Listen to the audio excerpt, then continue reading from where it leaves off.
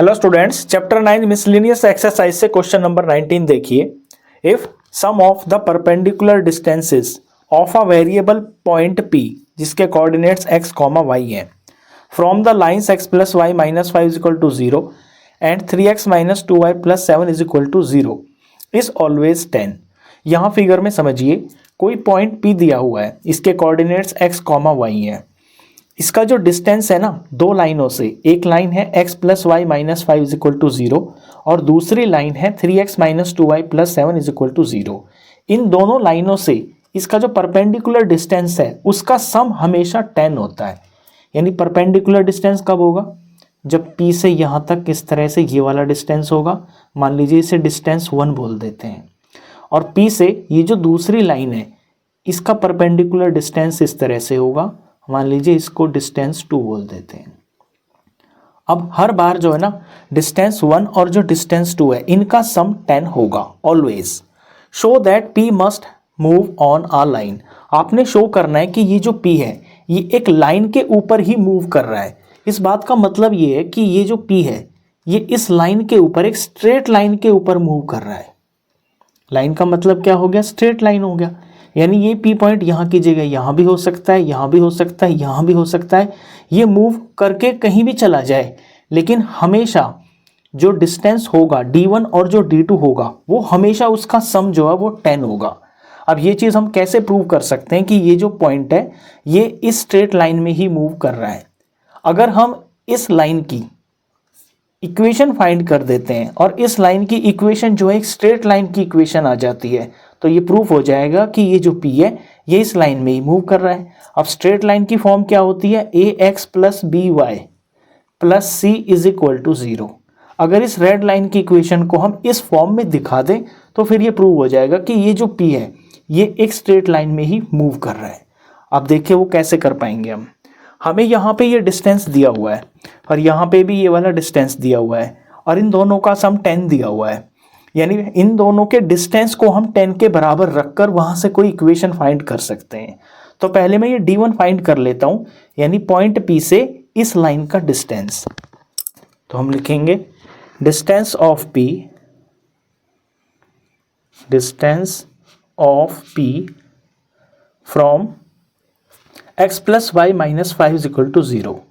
x plus y minus 5 is equal to 0 और इसे हम डिनोट करेंगे D1 से। अब परपेंडिकुलर डिस्टेंस का फॉर्मूला होता है मोड के अंदर ax1 plus by1 plus c और अपॉन में अंडर रूट a का स्क्वायर प्लस में b का स्क्वायर।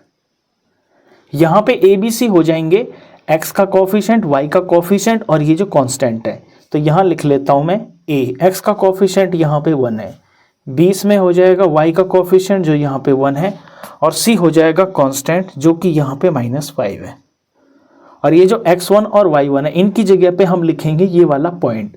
इस पॉइंट के जो कोऑर्डिनेट्स है ये x और y है, तो x1 और y1 की जगह पर y लिखेंगे। वैल्यू फिल करते हैं ज़रा इसके अंदर। ये मोड हो गया। अब a की जगह पे 1 इंटू में x प्लस b की जगह 1 इंटू में y और c की वैल्यू है -5। ये मोड के अंदर हो गया अपॉन में अंडर रूट में a का स्क्वायर यानी 1 का स्क्वायर प्लस में b का स्क्वायर यानी 1 का स्क्वायर। सिंप्लीफाई करते हैं तो मोड के अंदर ये x हो गया, ये प्लस 1 इंटू वाई ये y हो गया और -5 हो गया, मोड क्लोज हो गया। अपॉन अंडर रूट के अंदर 1 का स्क्वायर 1 होता है प्लस 1 का स्क्वायर 1 होता है, 1 और 1 ये 2 हो गया। ये जो डिस्टेंस आ गया है ये D1 आ गया। इसी तरह से अब हम पॉइंट P से ये जो दूसरी वाली लाइन है इसका डिस्टेंस फाइंड कर देंगे, उसे हम D2 से डिनोट करेंगे। तो हम लैंग्वेज में लिखेंगे डिस्टेंस ऑफ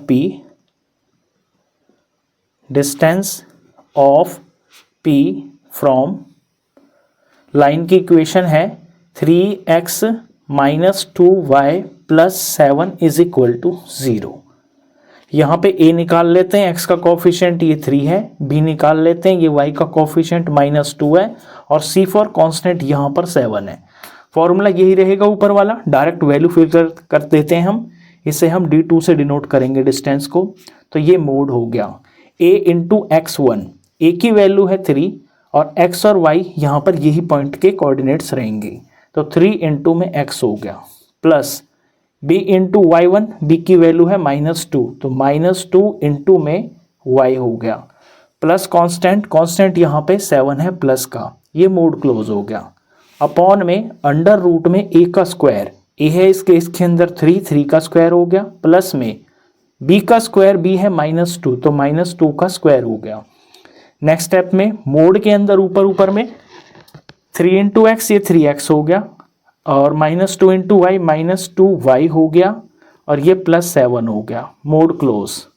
अंडर रूट में देखिए 3 का स्क्वायर 9 होता है और -2 का स्क्वायर 4 होता है, तो मैं डायरेक्ट लिख देता हूँ 9 और 4 13 हो गया, अंडर रूट में ये 13 हो गया, तो यहाँ पे ये d2 भी आ गया। अब हम d1 प्लस d2 इसको 10 के बराबर दिखाकर और आगे सिंप्लीफिकेशन करेंगे। So according to question d1 plus d2 इनका सम हमें 10 चाहिए। d1 की वैल्यू देखिए यहाँ से मोड में x प्लस वाई माइनस 5, तो यहाँ d1 की वैल्यू लिखेंगे mod x plus y minus 5 mod close और अपॉन में अंडर रूट 2। d2 की वैल्यू है mode 3x minus 2y plus 7 और अंडर रूट में 13, इनका सम इज इक्वल टू 10 हमने दिखाना है। यहाँ तक बिल्कुल क्लियर है। इसके बाद में आपको बात समझनी है, यहाँ पे जो ऊपर की जो वैल्यूज है ना ये मोड के अंदर है, जब ये मोड के अंदर है तो ये प्लस माइनस वैल्यू पॉसिबल हो सकती है दोनों की, यानी इस चीज़ को अगर हम मोड को हटाएंगे तो प्लस माइनस यहाँ पे x प्लस वाई माइनस 5 ये हो सकता है और अपॉन में ये रूट 2 हो गया। इधर में भी ये प्लस और माइनस हो सकता है, तो यहाँ पे भी हम प्लस और माइनस ये दोनों केस हो सकते हैं, मोड हमने हटा दिया तो ये हो गया 3x माइनस 2y प्लस 7 और अपॉन में ये है अंडर रूट 13, ये बराबर हमने 10 के रखना है। अब यहाँ पर 4 केस हो सकते हैं, 4 केस क्या होंगे, या तो ये दोनों के दोनों प्लस प्लस हो सकते हैं, या दोनों ये माइनस माइनस हो सकते हैं, या पहला वाला प्लस हो सकता है दूसरा माइनस हो सकता है, या पहला वाला माइनस हो सकता है और दूसरा प्लस हो सकता है। तो इन 4 केस को लेकर आपको ये सिंप्लीफिकेशन करनी होगी। सबसे पहले हम ये जो प्लस प्लस का केस है ना ये ले लेते हैं, तो केस 1 व्हेन बोथ पॉजिटिव,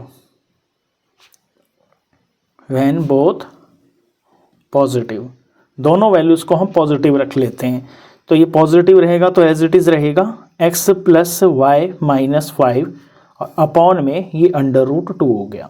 ये पॉजिटिव रहेगा तो ये सारा एज इट इज रहेगा, ये प्लस हो गया 3x minus 2y plus 7 upon में अंडर रूट 13, ये बराबर 10 के।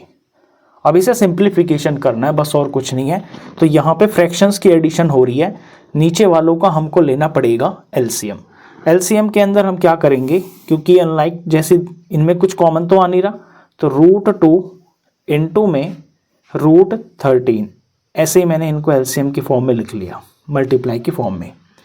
रूट 2 से रूट 2 यहाँ पे कट जाएगा, जो ऊपर 3 टर्म्स हैं इन तीनों की बारी बारी से रूट 13 से मल्टीप्लाई होगी, तो रूट 13 की x से होगी तो ये हो जाएगा रूट 13x, फिर रूट 13 की y से मल्टीप्लाई होगी तो ये हो गया रूट 13y, माइनस 5 से करेंगे तो ये माइनस और 5 को पहले लिख लेते हैं, रूट 13 को बाद में लगा लेंगे। अब यहाँ पे आइए, ये प्लस का प्लस लिख लिया मैंने, यहाँ रूट 13 से रूट 13 कैंसिल हो जाएगा, तो रूट 2 की मल्टीप्लाई बारी बारी से इन तीनों टर्म से होगी, तो ये 3 हो गया, इसकी मल्टीप्लाई रूट 2 से करेंगे और फिर ये x हो गया, फिर ये माइनस है यहाँ पे, ये 2 हो गया और इसकी मल्टीप्लाई रूट 2 से करेंगे तो ये रूट 2 हो गया और आगे ये y लिखा हुआ है। इसके बाद ये प्लस 7 है और इसकी मल्टीप्लाई रूट 2 से करेंगे तो 7 रूट 2 हो गया और इस तरफ ये 10 चल रहा है। यहाँ तक बिल्कुल क्लियर है। 10 के नीचे कुछ नहीं है तो आप यहाँ पे 1 मान सकते हो। अगले स्टेप में जो है ना हम इनको क्रॉस मल्टीप्लाई करके लिखेंगे, लेकिन उससे पहले यहाँ क्या करते हैं, ये जो ऊपर ऊपर है इनमें जो x की टर्म है उन्हें एक साथ कर लेते हैं, y की टर्म्स को एक साथ कर लेते हैं और जो यहाँ पे कांस्टेंट पार्ट है उनको एक साथ करके लिख लेते हैं। x की टर्म है यहाँ पर रूट 13x, फिर है यहाँ पर ये वाली टर्म, निशान लगा देता हूँ मैं इस तरह से, 3√2x, तो ये प्लस हो गया 3√2x हो गया, 2x की टर्म है। y की टर्म ये रही यहाँ पे प्लस का √13y, और दूसरी y की टर्म यहाँ पे है -2√2y, y की भी हो गई है। अब कांस्टेंट यहाँ पे ये है -5√13, और एक ये है यहाँ पे +7√2। इनको मैंने रीअरेंज कर लिया। ऐसा मैंने क्यों किया ये अब आगे स्टेप में आप समझोगे। अब जब हम इसकी क्रॉस मल्टीप्लाई करेंगे तो इन सब का तो 1 से मल्टीप्लाई हो रहा है, तो ये ही आ जाएगा। और इस तरफ में ये जो √2 इंटू √13 है, इनका प्रोडक्ट करेंगे तो अंडर रूट में 26 आ जाएगा। अंडर रूट में 26 की 10 से मल्टीप्लाई होगी, तो ये हो जाएगा 10 अंडर रूट में 26। यहाँ तक बिल्कुल क्लियर है। इसके बाद में देखिए, इन दोनों टर्म्स के अंदर x है, तो मैं यहाँ से x कॉमन ले सकता हूँ। x कॉमन में बाहर ले लूँगा तो ब्रैकेट के अंदर बचेगा √13 प्लस में 3√2, और x को मैं यहाँ पे आगे लगा लेता हूँ प्लस में, यहाँ इन दोनों में y कॉमन है तो y कॉमन लेंगे तो ब्रैकेट में यहाँ बचेगा √13 और ये -2 अंडर रूट में 2, और जो कॉमन y है वो मैं यहाँ पीछे लगा लेता हूँ। इस तरफ में इनको कॉपी कर लेते हैं, -5√13 ये प्लस ये 7 अंडर रूट में ये 2 हो गया, और ये जो 10 अंडर रूट 26 उस तरफ लिखा हुआ है इसे मैं इस तरफ ले आता हूँ, तो ये -10 अंडर रूट में 26 हो गया, और ये इज इक्वल टू 0 हो गया। अब आप इस इक्वेशन को ध्यान से देखिए, यहाँ पर ये इतना जो पार्ट है ये a हो गया और ये बाहर x हो गया, ये इतना इतना y का कोफिशिएंट हो गया, यानी ये b हो गया, ये y हो गया, और ये सारे नंबर लिखे हुए हैं, इन्हें हम सिंप्लीफाई तो कर नहीं सकते, तो ये जो सारा का सारा है ये कांस्टेंट है, तो ये +c और इज इक्वल टू 0 की फॉर्म में है। तो ये जो फॉर्म आ रही है ये एक स्ट्रेट लाइन की फॉर्म है। जब ये स्ट्रेट लाइन की फॉर्म है तो यानी हमने ये दिखा दिया कि ये एक स्ट्रेट लाइन की इक्वेशन है। जब स्ट्रेट लाइन की इक्वेशन है तो अब हम बोल सकते हैं कि ये जो P पॉइंट है ये स्ट्रेट लाइन के अंदर ही मूव करेगा। अब हमने सिर्फ एक ही केस किया है, जब हमने सिर्फ प्लस प्लस लिया है, लेकिन जब आप दोनों तरफ माइनस लोगे तो इक्वेशन कुछ इसी तरह की आएगी, बस साइन अंदर में ये चेंज हो सकते हैं, तो उससे तो कोई फर्क नहीं पड़ेगा। इक्वेशन की फॉर्म इसी तरह की रहेगी, या फिर आप प्लस माइनस लोगे या फिर आप माइनस प्लस लोगे। तो आप इन चारों में से कोई भी केस लोगे ना अगर, तो हमेशा जो इक्वेशन आएगी ना फाइनली वो ax + by + c = 0 की फॉर्म की ही आएगी। तो आपको ये चारों केस करने की जरूरत नहीं है, चाहे तो आप कर सकते हो अगर क्वेश्चन आपका बड़े मार्क्स का आता है, वरना एक केस करके भी आप अपने आंसर को जस्टिफाई कर सकते हो। इसके बाद आपको थोड़ा सा इसके अंदर लैंग्वेज लिखना पड़ेगा लास्ट में, क्योंकि आपसे जो पूछा है वो चीज़ आपको लैंग्वेज में लिखनी पड़ेगी। ये जो इक्वेशन आई है इसको आप लिख दोगे, which is the equation of a straight line. ये एक स्ट्रेट लाइन की इक्वेशन है। जब ऐसा है तो hence P moves on a line. बस ये इसका सॉल्यूशन हो गया, क्वेश्चन खत्म।